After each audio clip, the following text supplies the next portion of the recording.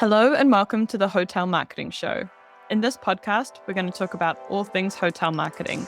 We're going to talk about things that are happening in the industry, insights, things that all hotel marketers or anybody that has an interest in hotel marketing wants to know about. My name is Victoria. And I'm Nadine. And we're the hosts of the Hotel Marketing Show.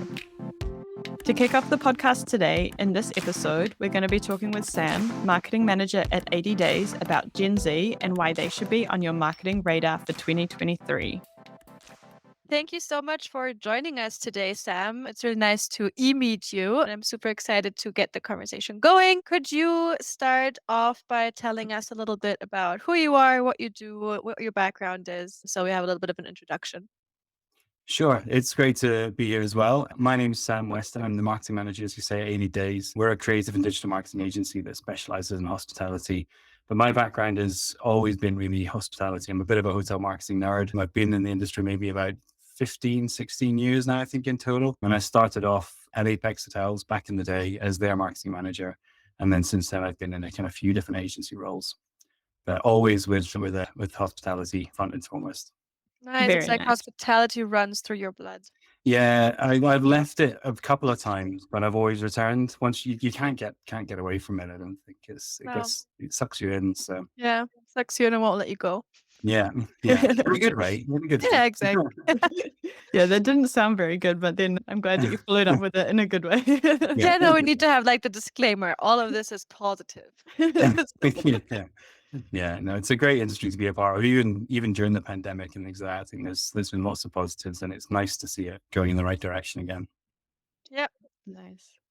That's I already awesome. wanted to say something else because it's so refreshing to hear actually that you said that there's quite some positives that came out of the pandemic as well. Because I think all the conversations that we've had in like the previous weeks or months, it was all so much filled with negativity, understandably so. But you kind of realize that people were going into this rut of not seeing the things that it brought in like a positive sense. So Yeah, nice to hear.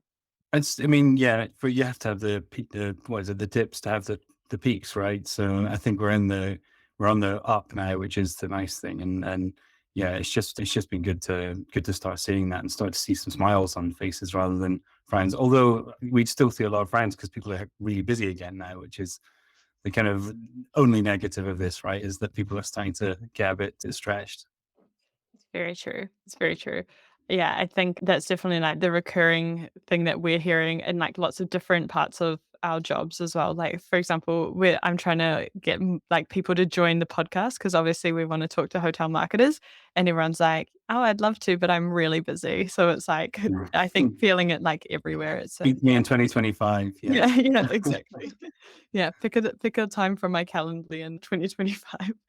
Yeah, that's the challenge, I guess. But it's a good problem to have because it was, yeah, although it was nice to be able to talk to our clients a lot more during the pandemic because they had more time on their hands. I'm glad that we're not having that time now because they're so busy because they're enjoying the successes of the kind of resurgence in travel.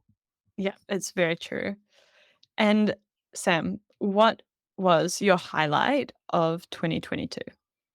It's a great question. I think there's probably been quite a few really, but the first and foremost kind of main one, and it's a bit cheesy, but it's absolutely true, has just been actually catching up with familiar faces at industry events again and networking events. So Independent Hotel Show in London was a highlight for me this year because it was good to catch up with quite a few different people and speak again at an event and yeah, just see a lot of different faces that with various different degrees of facial hair and withered and more wrinkles and just catching up with people that have endured the last 2-3 years. So that's a highlight for me, and That's a hopefully for great one. them as well.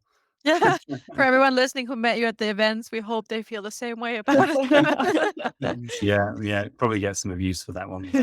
No, but it's so true. It's so nice to have these gatherings again and being able to do things in person again. It's so many times, or actually all the time before, we took it so much for granted to like, oh, go to events or meet people for a coffee and have a conversation. And then all of that was taken and so quickly. And we were also like isolated, sitting in front of our screen, talking to the screen, that now being able to actually gather with people again is just really, really nice. And now we're Sort of still thing. sitting in front of a screen. I was supposed yeah, there is an Yeah. irony there, isn't there? Okay. This might But not now be the best example. it doesn't seem so weird right now that we're doing this. Whereas before, if we'd have done this in like 2019, we'd have been like, what are we doing? This Yeah. is a bit Yeah. weird. But now it's quite normal for us to be like having a conversation from 3 different places in the world, chatting about hotel marketing. Whereas I think that's the kind of positive, if you like, it's normalized things like this. And it's made things like flexible working a lot more kind of realistic and achievable as well. I think it's really nice. Also, what you said with the flexible working. I mean, again, like before, you'd never thought that you could imagine, now I'm going to be home for, I think it's almost 4 weeks, but it's so nice because you can take the journey and then make it worth it, see different people, see your friends, your family, and have more of that flexibility, which I think, yeah.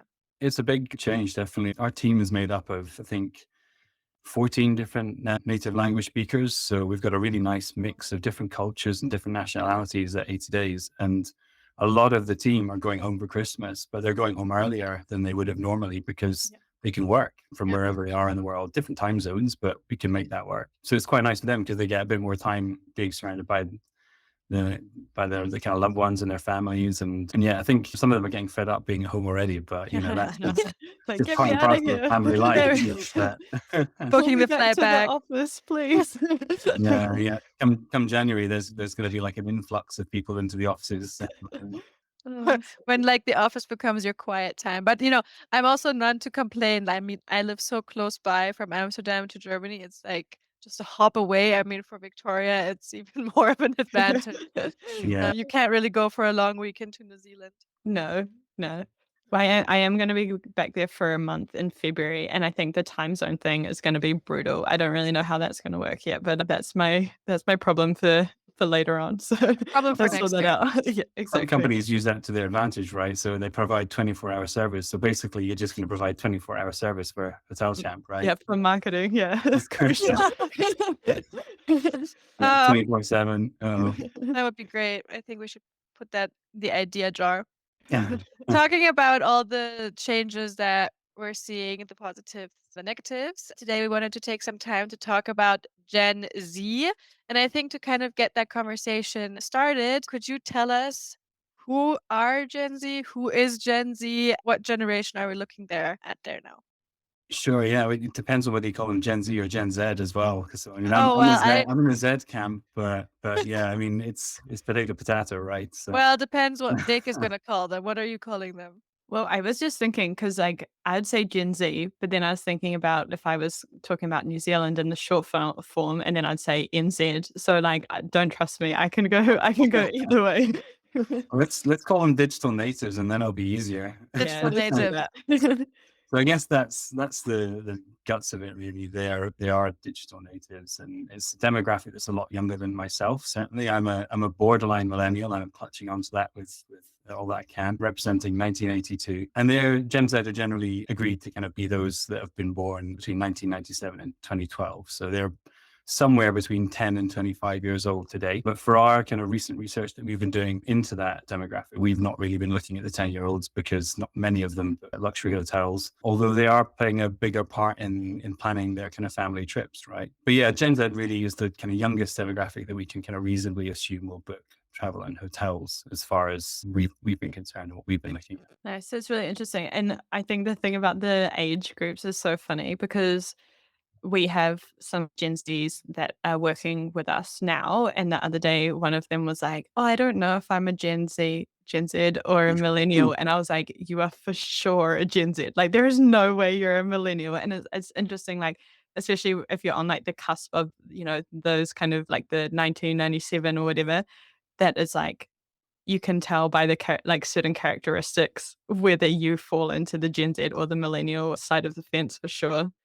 I also feel like it just happened so fast that there's a new generation. All of a sudden, you use emojis and you think you totally got that whole emoji game down. Then you realize when talking, then you're using them wrong. Like now they're using different emojis for like laughing, and it just God.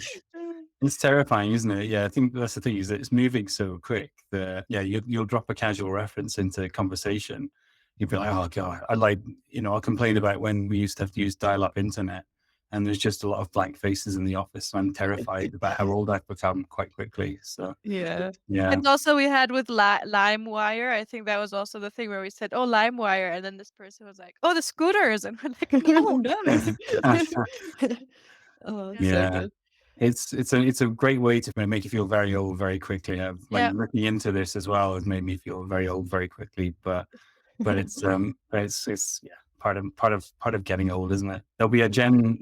I don't know what the next gen is, but Alpha, I think, alpha. Alpha. Yeah, Yeah, yeah, that's yeah. right. Gen Alpha is influencing the families and that. So yeah. Yeah. So we kind of just like touched on it a little bit, but in terms of Gen Z, like what do you think are some of the things that separate them from millennials or like other generations? Like what are some of the defining characteristics of this generation? I think just comes back to that point about their digital natives really. So I think their grip on technology, their understanding of the internet, about everything that it's all about, and the kind of that connectivity. I mean, I don't think they quite came out of the womb clutching an iPhone, but they weren't far off Almost. it. Yeah. They get their first smartphones at the age of 12, apparently, which compared to millennials, and we had ours at 19. So by the time they kind of hit 18 and we can start to market them ethically, they're a lot more tech savvy. So they're ready to go. They're ready to book travel. It's not such a strange concept for them. And they're really used to these kind of high speed connections, this instant information, this instant gratification, and a faster pace as well. So I think Yeah. that's the main difference. I think we also had a conversation with someone a couple of months back where we said that this generation also has probably a lot less patience for waiting around for things not working when it comes to, let's say, booking travels online, finding the way to the booking engine, finding information if they can bring their pet. It's like a lot less, yeah, patience on their side because they're used to this whole high speed, fast information Yeah, getting. totally. And I think they're less brand loyal as well, right? So yeah, if you've got a really clunky website that's taking ages to load and it's a real pain to book, they'll just go to booking.com or Expedia because it's easy there. So I think it's really forcing like hoteliers and clients that kind of we work with to up their game if they want to attract this kind of younger market because yeah, we're impatient. Well, I say we're impatient like I'm trying to ban myself. Get They are into that impatient. generation. They're impatient and again in a good way because like why shouldn't they be impatient when technology's evolved to this level? They should have high expectations and we should be able to deliver on them. I like that point you said with the high expectations, and I think talking about who are they, how are they different from other generations in general. Talking about travel, I was reading the report of you guys, the Gen Z report, and then Mm. I think there's some amazing statistics in there or numbers. And I saw one which I was like quite I'm not sure why I was shocked by it. It's not like I ever really thought about it, but it said that since 2019, Gen Z's contribution to the total transactions of a hotel website has increased by 257%, which is a really, really big number. So could you tell us a little bit more about how does it look like when they travel? Yeah, I mean, exactly that really. They accounted for about 5% of all transactions pre-pandemic, so back in 2019. And a lot of well, us and our clients kind of looked to them as more window shoppers than anything else, really. So everybody thought, well, we like to look at the nice hotels, but they don't really book them. And now, yeah, 14% of all hotel website traffic is Gen Z in 2022, and right about the same for transactions as well. So it's just grown exponentially in the last 2-3 years. And I mean, I guess that's comes down to they're less risk averse maybe when the pandemic was in its kind of height, so they're more happier to kind of risk picking up COVID and whatnot when they travel. But yeah, I think they've just really started to convert at such a high level as well. So we've seen that they're the fastest growing demographic in terms of conversion as well. So if you can get them on your website, if you can get them off TikTok and on your website, then there's a good chance that they'll convert compared to say a millennial or a more mature demographic, definitely. I have to That's say super one thing, interesting. sorry, Vic, There just you go. and I'm and I'm not gonna take away from the point because I know you're gonna bring it up later for sure, but that TikTok is actually a search engine now. Like I don't even have TikTok on my phone, and Vic was telling me earlier that people actually use TikTok to like browse for stuff, and I was like, Yeah. "What?" Yeah. So I'm actually really Crazy, excited yeah. when we get there. Yeah, I've got more and more into TikTok over the last 3 or 4 years, especially since I've got a 4.5-month-old baby, and TikTok at 4 a.m. in the morning when you're trying to settle your baby is a godsend. It really is. Yeah, It's yeah, hours and hours wasted on TikTok, invested in TikTok. invested, Yeah. yeah. I have this, I don't know, I don't think it's a toxic trait, but anytime somebody says TikTok, I wanna floss, like the flossing dance, and I don't know why. I'm literally like, it's like this weird impulse, and I need to rein it in because I would. You can floss, but this is audio, right? So don't need to repeat it. So Yeah, exactly, yeah. it's a safe No, space okay. to floss. And then I'm like, "Is that aging me as well?" That, like, I still do, like, a floss? Probably. It's probably, not Probably cool that's anymore. what eliminates you from the category of a Gen Z for sure, that you're still talking about flossing. There's probably, like, You should be doing the 25 other Wednesday trends. dance, right? That's what you should be doing right now, I think. Oh, true, yeah, I read that as well. Yeah, not that I can or have tried or any of the analogs, but Oh, that's so yeah, I good. think the thing that makes them different, really going back to the kind of question, but I guess is just the fact that they are, in my mind, they're no longer window shoppers. They've got the disposable income. They've kind of got that flexibility as well to travel, and they're not just booking the kind of budget hotels and hostels. They're actually booking 3, 4, 5-star hotels as well. So there's a real intent from them now. That's really cool. I also really liked what you said about, like, the speed at which they purchase. I think that'll be a really interesting thing to watch as well, if it's is kind of related to that always having access to stuff right when they want it. If we notice over time that the behavior of booking, if we see because what is it, like the number of touch points in the normal purchasing journey is like, I don't know, huge. If that over time becomes less and less for the different generations as well.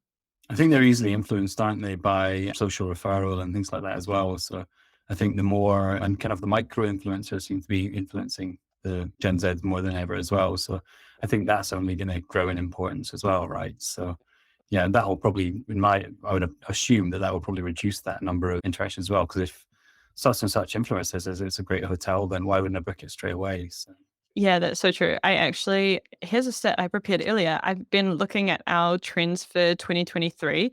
And one of the ones, I mean, it's talking about YouTube now rather than TikTok, but 87% of people agree that YouTube creators give recommendations they can trust. So it's like if a creator is on these platforms is like saying something, I wonder if also the video adds to that level of trust and authority, if that video content is what also drives it. But people really like they're looking at what these creators are saying and then like totally trusting their recommendations and as well. I think it's super interesting. yeah, definitely. I think as well, like what I've been interested in, well, is looking at some of the stats around kind of short form and long form video content. And I saw this interesting study from Google that was basically saying that everybody's focused on short form content, right? Short video clips and TikTok and Instagram reels, and rightly so, because it's driving huge engagement. But actually, I think it was around 50%, 50 to 54 or something like that, percent of Gen Zs are actually using the short form video as a kind of appetite whetter to actually go off and find long form video content on YouTube. So it's kind of interesting that like they'll go off and research after they've seen one of these short clips. So Hmm. I was just trying to think how you would apply that to a hotel environment. I guess if you were talking about your sustainability credentials, you might put together like a nice little short reel, just kind of showing some highlights, but have a more in-depth video on your YouTube, which goes Yeah. into the kind of full picture. But I think that's so interesting. I saw the other day that Booking.com, one of their marketers was talking about how they're starting to use TikTok and they are using it as like a testing ground for content to see like what sticks. And then they will take those insights and then invest more time and resource into content based on what works on TikTok as well. So I think, yeah, it's really interesting like how the short form and the long form or even other types of content will all like kind of, be related or like kind of yeah, bouncing off each other as well. yeah, it's just painful when you put a photo up on Instagram now and you get virtually no likes. All about a video, isn't it? It's Yeah, it's so you true. probably get moving image, definitely. No, it's so true. So, how can hotels actually adjust to this generation? Because I think it's also completely different on which terms or how do you even get them to the website? Once they're on the website, what should you look out for when they're at the hotel? How is it different? What do they expect when they arrive? So, if you have a little input for us there. Yeah, yeah, sure. So, I mean, I guess it's really about their kind of product offering as well. So, not everybody's going to be suitable for Gen Z and the demographics. Your product might be very focused on a more mature demographic, and obviously that's totally fine because you've got your niche. But I think it's about making sure that you're not trying to fit a square peg into a round hole, right? That you're actually presenting an appropriate option for a younger demographic as well. So I think it comes back to, like, in terms of how they adjust and make it work for them, is it's just having a look at their PMS and looking at the data that they've got already to see if they're getting bookings from Gen Z and that younger demographics. And if they're not, then, what could they do to improve upon that? But yeah, when it comes to like the content and updating their website, once they get them on the hook, then I think it's brevity, it's video, it's, vibrant visuals, impactful imagery, all of the buzzwords basically. But it's really about focusing on their kind of needs and wants, that immediacy of that information. They're going to want high speed Wi-Fi, because why wouldn't you these days? And they're going to want certain amenities and want to be close to certain local attractions that are more relevant to them. So highlight that, make that obvious on the site. For want of a better expression, make it idiot proof, so that they can get that really quickly and make that booking. I'm not calling Gen Z. I'm like, "Ooh, Be that brave." very clear distinction. Brave. I feel bad Yeah. because you guys had prepared your own statistics, and I'm just like thieving Victoria's statistics that she shared with me before. But Team effort. yeah, no, before the call, we were also quickly chatting, and we were talking about trends and all of these experiences, right? It's now Yeah. Gen Z is looking for more of an experience driven culture as well, where, let's say, the normal or what was always done a certain way is just no longer, there's no wow effect. And that's something that Gen Z really wants. Yeah. So I think also when you mentioned imagery and making things, really pop out and make sure that the information is there and easy, but also how can you tie in this constant need for the wow effect, right? How do hotels go about doing that? I think it comes back to, so a lot of the studies that we've done across all demographics with hotels. We did a study a few months ago, kind of maybe coming up to a year ago now, and it was looking at the kind of balance of information versus inspiration on a website, on a typical hotel website. And typically about 70% of the content on a hotel website is information. And actually, when we surveyed, quite a large number of guests, they want inspiration. They want the opposite. They want that balance to be reversed. So it's 70-30 inspiration with all the 30% practical information that you kind of need: the check-in time, the check-out time, the usual stuff. So I think it's really coming down to great copy, great content, being smart with your writing just as much as your imagery and your video as well, because the little amount of words that you do have on the page, they have to have real punch so that they kind of get that cut through in a really fast time. Because yeah, I don't know the exact stats for Gen Z or even for all demographics these days, but usually it's like 3 seconds you've got right. That's the kind of catch. So if you can't catch somebody's attention in 3 seconds, they'll browse on. So It's a little scary hearing all of that because it just makes me feel like that's a society in which I will not thrive. Because for me, also, like, I enjoy writing things like super elaborately. Victoria always yeah. tells me, try to cut it down. And I'm like, German, once you have something in English or Vic prepares something or the marketing team in general, and then it's like goes to the German translations, all of a sudden it becomes like twice as long. It's the Apple school of thought, isn't it? Or whoever you admire from a copywriting perspective. So like, I always like how Apple can say 2 lines of text in 2 words. They can always and you just think, fair play. They've that's pretty well thought It's out. really So I good, think, yeah. that's teaching us as an industry, and not just obviously Apple, but other brands as well. Other brands are available. They're talking about the different, that we're basically trying to kind of up our game to be smarter, and Mm. to attract the kind of smarter guests and the time sensitive guests. Yeah, I think that attention span thing is super interesting because, again, like coming back to talking about video, like I think now they say it's like the first, like, especially you think about the way that we like scroll on like TikTok or Reels or whatever. It's like you literally have to like grab the attention in the first like 1 to 2 seconds. So it's like you've got to be really good at that first bit of like really Yeah. grabbing people and engaging them. Yeah, it's brutal, isn't it? Because you want them to look at the whole thing, and the second clip might be much better than the first clip. In which case, you'd argue, well, why don't you put the second clip first? But yeah, I mean, it's kind of painful when people just disregard your content so quickly. But I think that's the thing, is it's just you've got to get that instant punch and Yeah. grab the attention.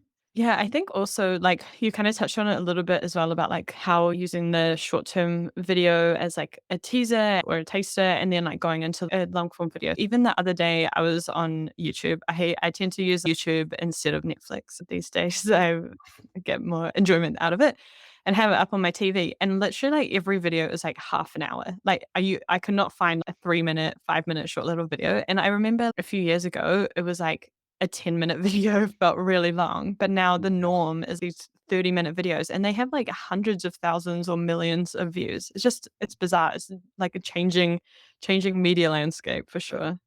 It's crazy, and the production quality of all of these videos now, because of smartphone gimbals, because of relatively inexpensive drones, it's just incredible. And so you have to do something truly special now to stand out, because even the kind of amateur creators are creating content that probably 10 years ago would have been cinema level, not Yep. quite maybe, but it's evolved to such a level now that you've got 4K footages. If you don't have 4K, then what are you doing? Yeah, yeah.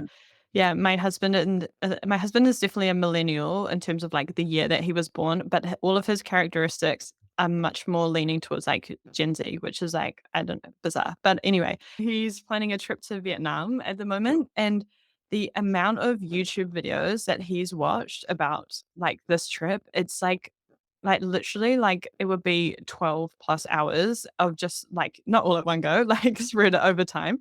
Whereas, like, I'm so much more like a written or photo, like, researcher, and, like, now he's gone, like, full video. It's, like, all, like, looking on TikTok, on, like, Instagram, YouTube. It's just such a different way of, like, planning a trip than I think we've traditionally like, even last year, we were talking about like or maybe it was like 2020 or 2021, we were talking about like the importance of Pinterest for hotels because people are like searching on Pinterest and like it's very visual and you have this really visual content. But now it's like, okay, yeah, photos are great, but people are really starting to use video or younger generations are really grabbing onto video for that research and inspiration now as well. Yeah, definitely. I think it's just interesting how it's both short and long form again. Because I mean, I'll and also like it's kind of weird what people are searching for as well. Because these Gen Zs, they want the good photo opportunities as well. I'm a kind of keen photographer and videographer as well. And the amount of searches for good, where do I take the best picture in Edinburgh, or where do I take the best video in Edinburgh? And like there's obviously people that have kind of created this video content showing like the top 10 locations to get the best Instagrammable, TikTokable, is that a word? Shots TikTok. of, It is now. of Edinburgh, And I mean, I use it day to day as well. So I'll be like trying to edit something in I don't know, Premiere Pro or something like that. And I won't know how to do a certain thing. And I'll just immediately YouTube it now instead of like actually learning it properly. And there's a video for it. And in, a minute I've learned how to do it. So it's changing the way we consume content and create content as well. It's pretty incredible. Yeah, it's so awesome. It's a fun I think as marketers, that video and especially well, also audio editing, I think are gonna be just as important skills as like copywriting or messaging. I think it's gonna be yeah, those will be some really important skills to start dusting up on for sure. Yeah, yeah, it's incredible as well because you can do a lot of it on just a smartphone. But yeah, I'm trying to be super nerdy and learn a bit more about the kind of full on edit. But yeah, I think that's the adverts I keep seeing on LinkedIn are like, you're not a video editor, you're a marketer, so please use our services. And I was just thinking, well, yeah, but I think most marketers probably have to be, content creator, Yeah. video creator now as well. So Yeah, and you're right, like, you can do so much on your smartphone. There's this free app that I use on my phone sometimes called InShot, InShot, oh and yeah, then it's actually a really great, like, easy video editing tool. And then another one that I really recommend as well is Motionbox. That's on the computer, not on the phone, but so easy for, like, adding transitions and captions. At Hotel Champ, we also use Canva. So I think there's some really simple yeah. easy to use video tools, especially if you're getting started and are scared to invest too much time into it. Those ones are just so easy, intuitive, like you can really get up and going quite quickly with those. Yeah, and we use one called Splice as well, which is quite good on the iPhone. And yeah, Premiere Rush as well, which is like the mobile version of Adobe Premiere is pretty good. But yeah, I mean, there's so much stock music and stock. I mean, you don't want to use stock footage really. You want to create your own, right? But Yeah. there's so much out there now that, yeah, there's not really much excuse not to be using video in 2023, and it's certainly something that, yeah, we should all be using more of. And we say a lot to our clients about using more video. So now we're trying to do that ourselves as well, because otherwise we can't really Yes. so yeah. I filmed a little video of myself walking this morning and then I put it on LinkedIn. I was like, "Oh, who am I?" But it's like, Oh, I think also this like thing about not everything has to be super polished and perfect, especially on these channels like TikTok, actually like the more kind of lo-fi, not necessarily like a rough cut, but it doesn't have to be super polished and perfect anymore. yeah. I like No, that definitely. actually, that trend also going into like this authenticity more than what it was a couple of months, years. I'm not sure, where everything was so edited. I'm sure it still is, but still going a little bit back into this authenticity as well. I do have a question because now we're talking about in general Gen Z and how they're the future and all of the things we need to adapt and think about. If a hotelier is listening to this right now and thinks, "Oh, hui, is this even a segment that I should focus on? Should everyone focus on the segment? Is this segment not for everyone? And how do I actually know if this is segment?" Wow, how many times can I say segment in one word? One more time. One more. Is this a segment I want to attract? Segment. I think it comes down to each individual brand, really. I think it's not going to be suitable for everyone to target Gen Z, because this. I'm not going to name any brands, but there's some brands that we work with. I can imagine it won't be as suitable for, because they just attract a naturally more mature demographic, and they do very well with that as well. So, and some brands have quite, you know, refined offerings to a very specific demographic, whereas others are a bit more vanilla. They're a bit more open to kind of everyone, in which case for them it's great. And you can't really adjust your, well, you can, but it would be a bit drastic to start adjusting your product offering to attract a Gen Z, you know, to start actually adapting, you know, in room facilities and things like that. So I think it's really about trying to go back to that kind of BMS data, make sure that you're actually, you know, attracting the right demographics, and if it is the right segment to focus on for you, then definitely investigate it further, and like read our report plug, and I'll see put whether it it's in the show notes so that it's easy to find. I'll definitely do to see, that. just to see whether it's worth it. Because obviously, like say, it varies for 3 star, it varies for 4 star, it varies for 5 star. But what I was kind of surprised by is that across pretty much all demographics, Gen Z are booking and showing interest. Even the 5 star market, which I thought they might be a bit more price sensitive, but I was kind of surprised that they weren't. It tends to be, I think, the 4 star was the highest contribution of bookings. So yeah, I've read a lot about how Gen Z are quite happy to find bargain travel. So they'll try and find the discounted travel, discounted flights, discounted trains, you know. But once they get to a destination, they're a bit more, they're kind of happier to invest in some nicer accommodation.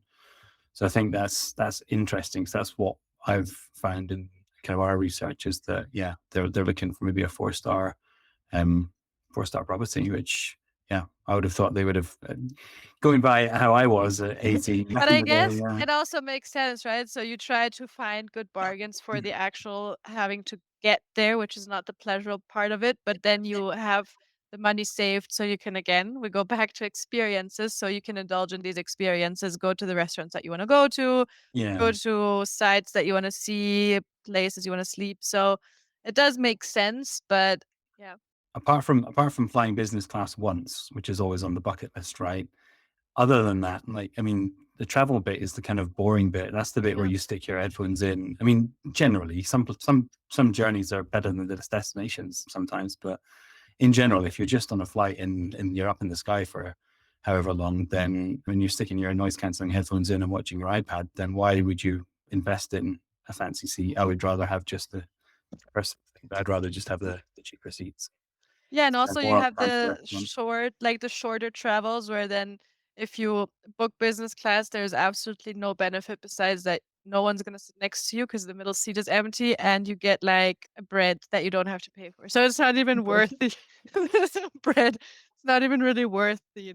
When you do your research, was there any indication like why they are also choosing like the higher star rating? Because like my initial assumption would be like, oh, pent up demand after the pandemic is when they started to like get money and but they weren't allowed to do anything. So now they're like going out and experiencing stuff. Is that just my assumption or is there any kind of like I think, I mean, primary I'd source? only be able to make an assumption on it as well, because our data really was just looking at the booking trends, so the kind of after of the booking, not necessarily the before. But yeah, I mean, I can assume that like maybe during the pandemic they've built up a bit of disposable income. Generally, it seems to be that they get paid more these days. I don't know whether that's just again me being elusive today, get paid more, but they seem to have a bit more disposable income, and I think that the world's a bit more of a more accessible place now than it was 10, 20 years ago as well. So I think they're naturally going to spend more on travel and adventuring than they ever have before. Very cool. Yeah, I think also like there was something that I was reading the other day about again, it's like another term for digital nomads, and they're calling it work from Rome. And it was saying about how like in the future, like Rome is in like roaming, not like Rome is in like the I was going city to say, Rome. Well, it's also like a lot of questions recognition related to it campaign from Italy, for or Rome, yeah. And what I liked about the phrase like working from Rome is that digital nomads to me has that kind of like backpackery Yeah. vibe of like nomad. I'm always moving around. Whereas like working from Rome kind of gave me a little bit more of like a sense of like comfort or like luxury at the same time. So I think Mhm. that's also be interesting to see like, we talked about at the start how much more flexibility a lot of industries have now with working remotely. So like how that impacts even like what kind of hotel product is offered in the future. Because it was talking about like designing or the future of hotel design will be like around this like work from Rome. Whereas before, I think it was like you have a bed, maybe a mini bar and a mini fridge in your room, Nespresso machine for don't get Nadine. me And then started.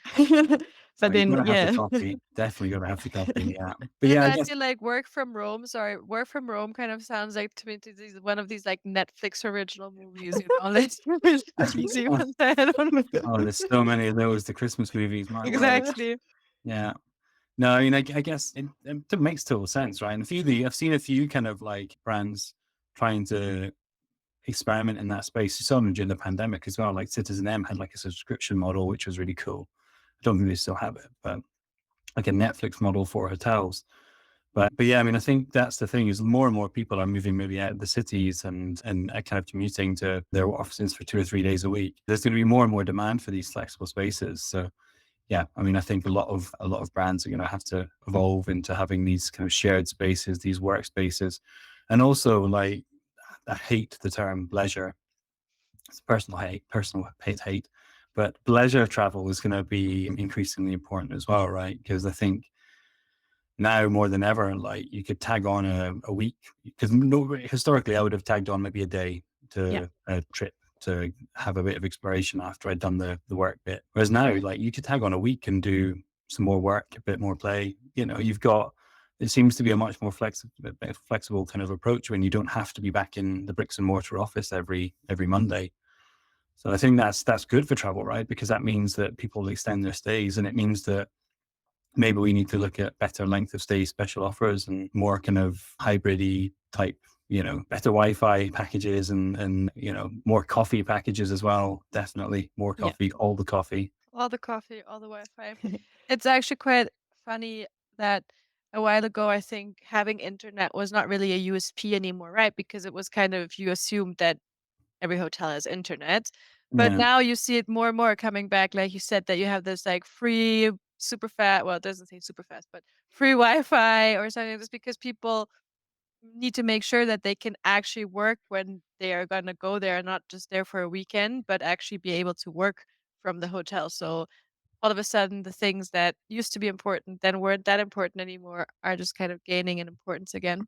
Yeah, and I actually it's really like bad, but if I'm booking a hotel now, I'll go onto like TripAdvisor and I'll filter the reviews by like Wi-Fi, so I can test when they say, "Oh, we've got really high speed Wi-Fi." Mhm. I'll filter reviews and say, "Oh, I had real trouble using the Wi-Fi for work." Then next, Yeah. Yeah, if yeah, have you heard of the new phrase that people are like coining for the business and leisure travel?